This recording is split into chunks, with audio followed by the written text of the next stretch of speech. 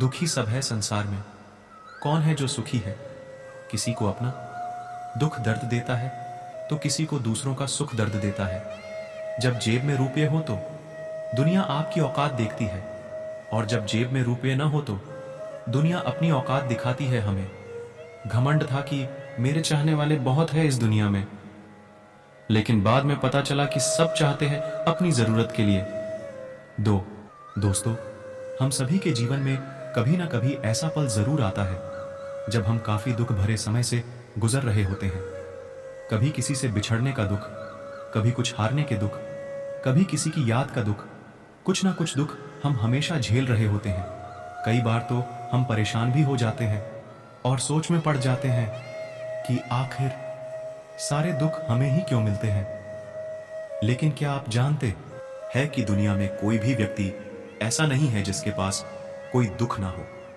मेरे गमों में मेरी हिस्सेदार नहीं लगती, ये जिंदगी मेरी कहानी का किरदार नहीं लगती। उसकी फिक्र करूं तो हुकूमत बताती है, यार ये जिंदगी मुझे बिल्कुल भी समझदार नहीं लगती। शायद जीवन की यही तो हकीकत है मेरे दोस्त, कि यहां जब दुख और तकलीफें आती है तब किसी भी इंसान को संभलने का मौका तक नहीं देती है।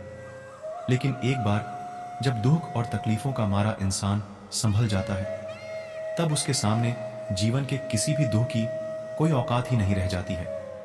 लेकिन शायद जीवन में खुश रहना अथवा दुखी रहना हमारे ही हाथों में होता है, क्योंकि हम अपने जीवन की जिस परिस्थिति को जैसा मान लेते हैं, वो परिस्थिति हमारे लिए वैसी ही हो जाती है।